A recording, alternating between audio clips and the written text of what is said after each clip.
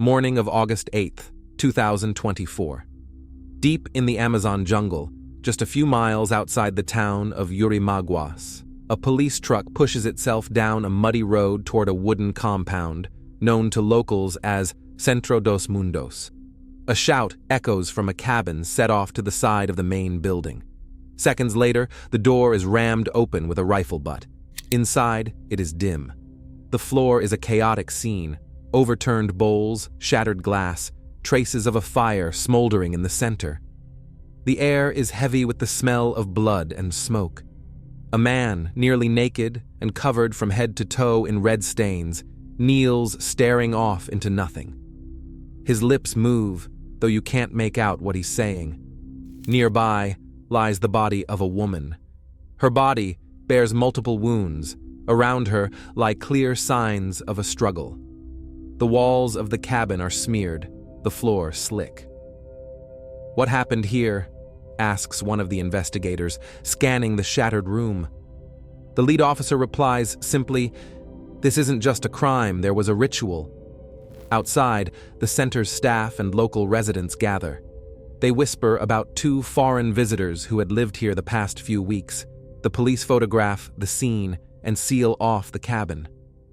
The jungle's stillness contrasts starkly with the horror inside. Later, investigators confirm the man was a Ukrainian citizen, the woman from Russia. They arrived in Peru seeking spiritual healing. Who were they? How did they end up deep in the Amazon?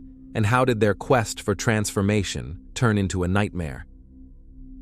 We'll trace the path step by step. Hey everyone, before we dive into today's story, I just want to ask you to hit that subscribe button, give this video a thumbs up, and drop a comment down below. I put a lot of effort into bringing you real, true crime cases from all around the world. Only authentic stories here. Your support really helps the channel grow, and I truly appreciate any interaction.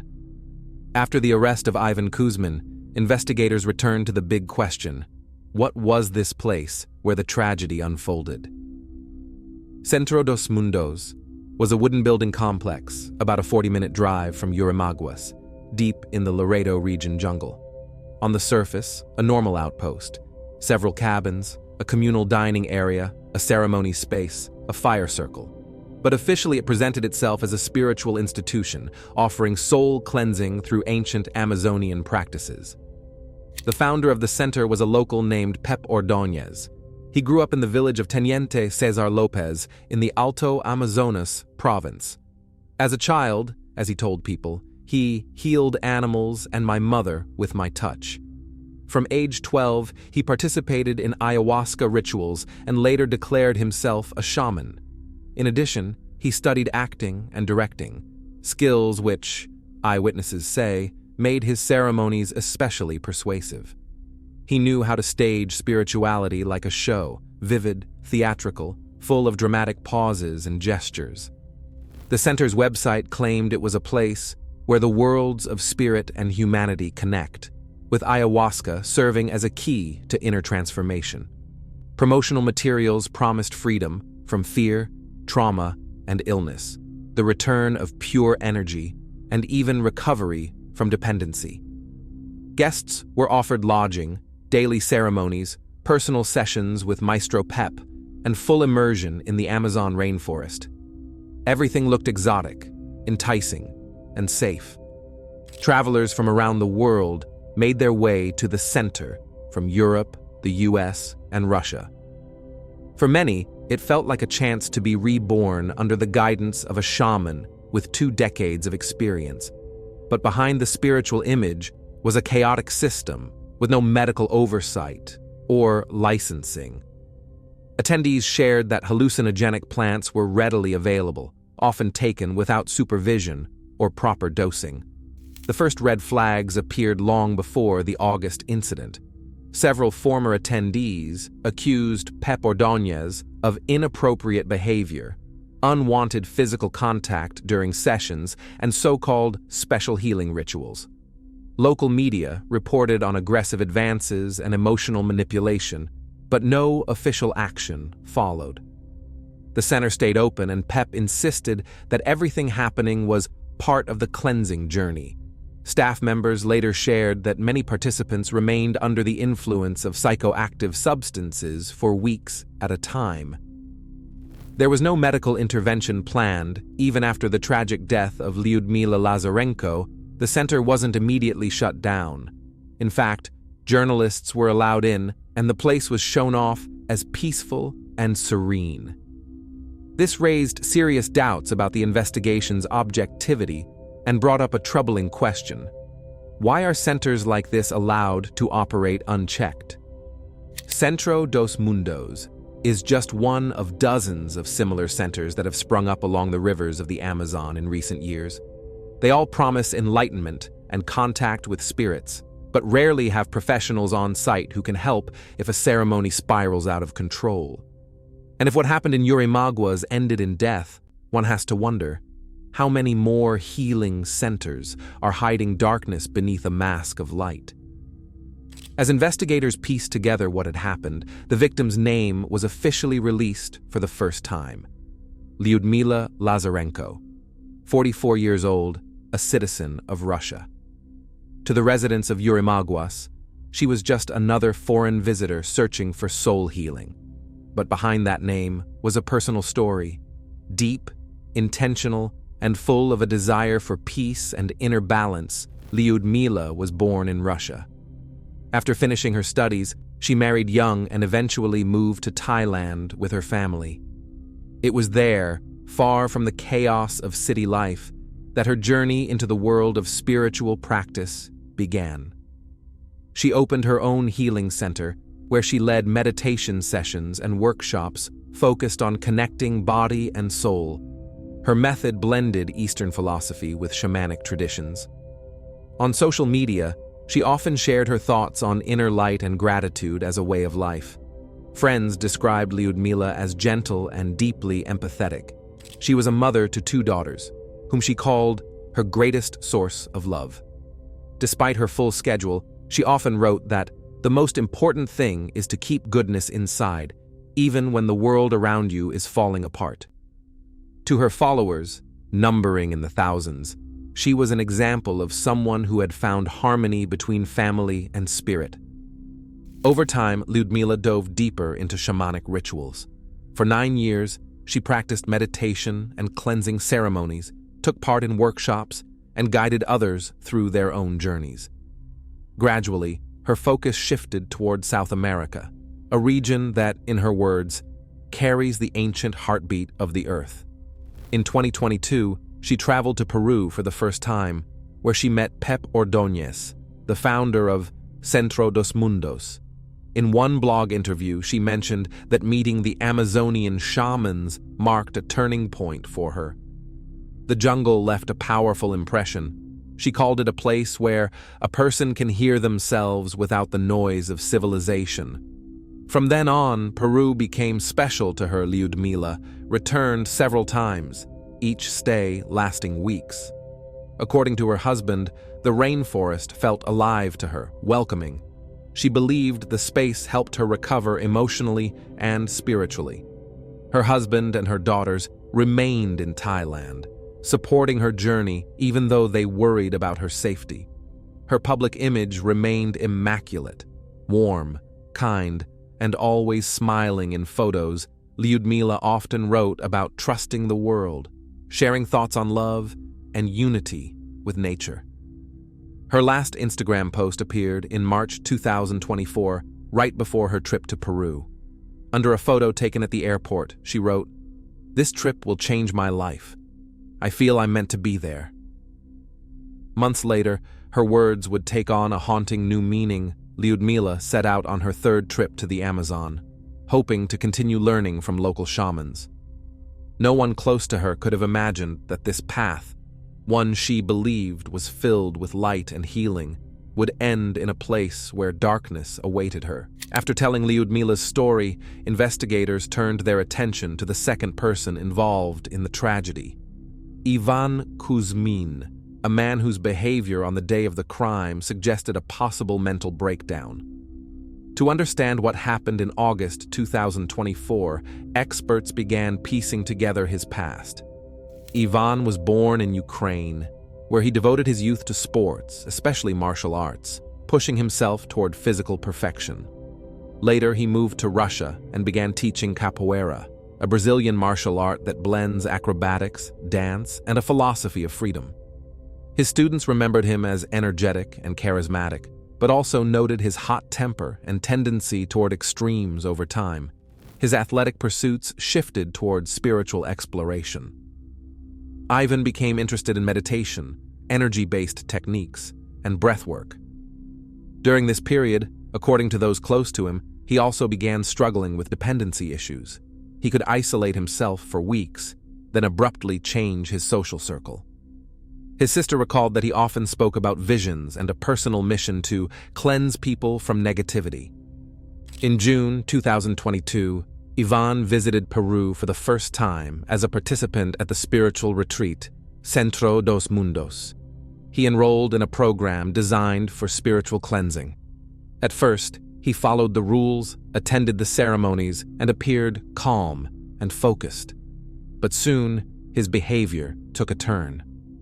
Witnesses said he started demanding larger doses of ayahuasca, claiming he could see more than the others. The center's staff eventually had to limit his involvement, and after a few weeks, Ivan left the compound without causing a scene. 2 years later, he came back, not as a student, but as someone who now saw himself as an experienced practitioner of these rituals. By then, his dependency on hallucinogens had become clear. He regularly consumed ayahuasca and psychedelic mushrooms, sometimes mixing them. People who saw him in the summer of 2024 described Ivan as unstable, swinging between emotional extremes and fixated on abstract talk about soul purity and a higher mission. Not long before the tragedy, Ivan began talking frequently about Ludmila Lazarenko, referring to her as pure energy and the light that was meant to save him. He said they were bound by a karmic thread from a past life, and that he now had a duty to repay his debt to her. Most people dismissed this as mystical rambling, but Ivan believed every word. His sister, who later spoke with reporters after his arrest, said her brother wasn't a bad person. He just lost touch with reality. There was always a battle inside him between faith and fear. According to her, Ivan suffered from mood swings and had experienced multiple episodes of deep emotional struggle. By August 2024, Ivan was in a state of profound disorientation. The constant use of psychoactive substances, a complete lack of medical care, and psychological isolation had left him mentally vulnerable. He interpreted hallucinations as messages and believed he was a messenger between worlds. At that point, reality slipped away completely, and what had once been a personal spiritual journey had turned into a dangerous obsession. To understand what happened that night, we have to look at the substances involved in the ritual. The central one was ayahuasca, a traditional Amazonian brew made from the Banisteriopsis caapi vine and Psychotria viridis leaves. For generations, shamans have used it to enter altered states of consciousness. Modern supporters promote it as a path to spiritual purification. But from a medical standpoint, it's a powerful hallucinogen that can trigger severe psychological breaks. Addiction specialist Vasily Kurov explains that ayahuasca contains a mix of psychoactive substances, the most powerful of which is DMT, dimethyltryptamine. It interacts with serotonin receptors in the brain, distorting perception in intense ways. A person may begin to see, hear, and feel things that aren't real. You might start hearing smells and seeing time, Kurov says, describing the sensory cross-wiring that this substance can trigger. DMT on its own doesn't last long, but when combined with a specific vine that blocks liver enzymes, the hallucinations can stretch for up to 6 hours. During that time, panic episodes, aggressive outbursts, memory lapses, and even temporary personality dissociation can occur. For someone mentally stable, it's a challenge. For someone unstable, it's a recipe for collapse. The risk increases dramatically when ayahuasca is combined with other psychoactive plants. At the center where the tragedy unfolded, it was common to use psilocybin mushrooms and the San Pedro cactus, which contains mescaline. All three substances affect the same neurotransmitter system, flooding the brain with serotonin.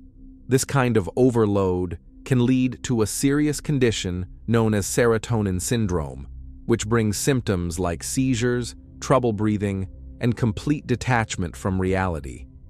Kurov says this combination often results in what he calls consciousness breaks, when someone completely loses their sense of self. In that state, it's not uncommon for people to experience intense religious or mystical delusions, like believing a spirit or demon has entered their body. In a confined space, without medical help, these episodes can quickly escalate into acts of aggression. He emphasizes, ayahuasca is not a medicine. It's not a tool for self-discovery. It's a substance that tears down the filters of perception. For someone with psychological vulnerabilities, it can become the trigger for irreversible psychosis. For Ivan Kuzmin, that ritual became exactly that, a trigger. Already struggling with dependency, he kept increasing the doses, mixing ayahuasca with mushrooms and San Pedro cactus. The result was mental overload, and his hallucinations turned into an inner battle between light and darkness. Experts agree, with professional oversight, medical supervision, and strict dosage controls, tragedies like this could be prevented. But in informal healing centers, all boundaries disappear. What's meant to be a spiritual journey becomes an unregulated experiment on the human mind. And for someone already teetering on the edge, this mix can push them past the point of return. Their paths first crossed in 2023. At that same Centro dos Mundos, where the tragedy would later unfold, Ludmila came as a student, Ivan as a participant. They connected almost immediately. She saw someone in need of support. He saw her as a guide. Ludmila helped him manage the emotional crashes that followed ayahuasca ceremonies. Ivan, in turn, spoke of her as a pure light, convinced they had known each other in a past life. After leaving the center the first time, Ivan and Ludmila stayed in touch online. In June 2024, both of them returned to Peru. Just a day apart, Ivan arrived on the 21st, Ludmila on the 22nd.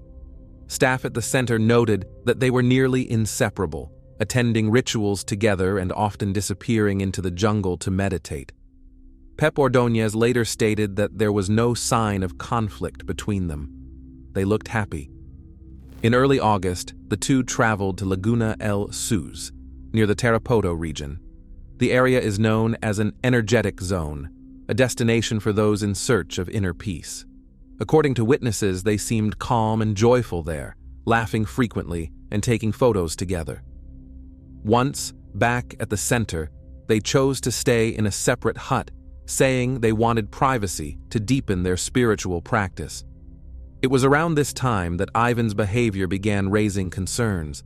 He started asking for higher doses of ayahuasca and began talking about his mission to protect Ludmila from darkness. Those around them, absorbed in their own ceremonial experiences, brushed it off as symbolic language common in the ritual space. But behind the surface, calm, unease was already building. In her journal, Ludmila noted a shift in the atmosphere, yet she continued to participate in ceremonies, hoping it was temporary.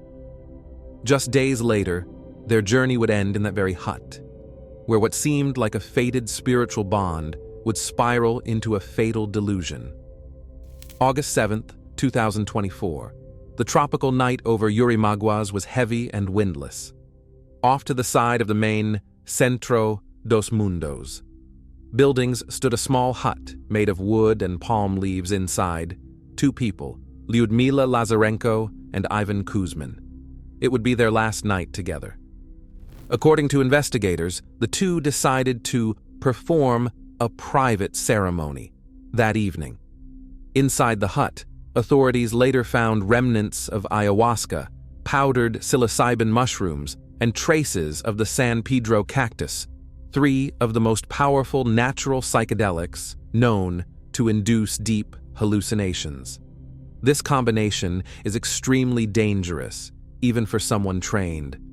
For Ivan, already in a state of dependency and psychological exhaustion, it became a fuse. At first, everything appeared calm. They sat across from each other as they had many times before. Ludmila, according to witnesses, knew how to lead these sessions. She would play music, chant mantras. But soon, Ivan began showing signs of distress. His breathing grew erratic, his movements sharp and restless. He claimed he could feel another presence in the hut, that someone else was in the room. Later, during questioning, Ivan claimed that at some point during the ceremony, Ludmila changed. In his altered state, her face appeared non-human, her eyes completely black. He insisted that he saw a dark spirit enter her. That moment marked the onset of a severe psychotic episode. He reportedly jumped up and began shouting about demons and cleansing. Ludmila tried to calm him down, but Ivan no longer seemed able to process her words. Investigators determined that he first reached for a nearby object, possibly a metal or glass bottle, and used it to strike her. Around this time, people elsewhere on the center's grounds reported hearing loud screams from the hut. One guest, staying approximately 300 yards away, later told authorities he heard a woman screaming in English, "Help me!" Another guest messaged a staff member saying, "I think something happened to the Russian woman." Center staff rushed toward the hut, but the door was locked from the inside. Attempts to get in failed. They could only hear crashing and struggle from within. Someone ran to get the center's founder, Pep Ordóñez. By the time he arrived, the sounds had stopped. Pep later told police he looked through a small window and saw a disturbing scene. Ivan was standing over Ludmila, covered in blood, holding a knife. He appeared to be mumbling and, according to witnesses, seemed to be talking to things that weren't there. When authorities arrived shortly after the emergency call, they found signs of intense struggle, overturned items, blood on the walls. Ivan, partially clothed and in a highly disoriented state, was standing in the middle of the room. He didn't resist arrest, but appeared disconnected from reality. At the moment of his arrest, he reportedly said just one thing: "I took down a demon." Experts would later determine that Ivan had experienced a full-blown psychotic episode, triggered by a powerful combination of psychoactive substances. But that night, no one was thinking in clinical terms. To those present, what happened felt sudden, terrifying, and surreal. Within hours, Centro dos Mundos was surrounded by local law enforcement. Footage of the arrest quickly aired on Peruvian news. A dazed, blood-covered man being taken into custody. When asked by a reporter who the woman was, one investigator replied quietly, "She came looking for light. She found death." When officers finally managed to break into the hut, Ivan Kuzmin was standing in the middle of the room, unresponsive to commands. He first screamed, then started laughing. As police tried to cuff him, he suddenly lunged and attempted to bite one of the officers. They only restrained him after getting help from center staff and nearby residents. In eyewitness video, Ivan can be seen laughing, then shouting, "She was possessed! I was saving her soul!" The footage aired soon after, showing a man with a blank stare who appeared unaware of what was happening. Inside the hut, police recovered a knife, a pipe, and remnants of ayahuasca, psilocybin mushrooms, and San Pedro cactus. Medical experts confirmed signs of acute psychosis, disorientation, delusional speech, and extreme agitation. They concluded that he was under the influence of strong psychoactive substances at the time. Pep Ordóñez told investigators that the center wasn't responsible for what had happened. "We didn't give them anything, they took it on their own," he said. But that statement sparked outrage among local residents. People gathered outside the gates of Centro dos Mundos, demanding it be shut down. Many believed the tragedy had been inevitable. Too many rituals there were carried out without medical supervision or proper safety protocols. What was supposed to be a place of healing had now become the site of one of the most disturbing cases in the region's recent history. Following the arrest of Ivan Kuzmin, local police in Yurimaguas handed the case over to the regional prosecutor's office in San Martin. The investigation didn't take long. The scale of the crime was clear. On August 12, 2024, just 5 days after the incident, the court held a preliminary hearing to determine custody conditions. Ivan was charged with committing a deliberate act of extreme aggression resulting in death. During the hearing, Kuzmin appeared disoriented and seemed confused about the situation he admitted to causing Ludmila's death, but insisted that he was expelling a dark spirit from her. His defense claimed he had suffered a psychotic episode triggered by hallucinogens. After reviewing the psychiatric assessments, the judge ruled that Ivan would remain in pretrial detention for 9 months pending the final verdict. Not long after, new and troubling details began to surface. Reports revealed that Kuzmin was receiving supplies, including food, cigarettes, and other items, from individuals associated with the center. This sparked another wave of public anger. Meanwhile, Pep Ordóñez continued to deny any responsibility, stating the tragedy had nothing to do with the center's operations. But journalists uncovered statements from former participants accusing him of misconduct and negligence. After several reports aired, local residents renewed their calls to shut down Centro dos Mundos. Many now referred to it as a place of death. Ludmila's body was cremated in the city of Tarapoto on August 14, 2024. The ceremony was attended by a close friend from Spain and representatives from the prosecutor's office. Her ashes were later transported to Moscow with assistance from the Russian diplomatic mission. The Lazarenko family demanded justice and submitted an official request to Peruvian authorities. For them, the entire situation was incomprehensible. A woman who had dedicated her life to helping others was gone, taken by someone she had tried to support. The story quickly spread across international media. Around the world, people began discussing the risks of unregulated spiritual centers and the uncontrolled use of ayahuasca for Peru. This case served as a stark warning, a tragic reminder of how thin the line can be between spiritual searching and dangerously unmonitored experimentation.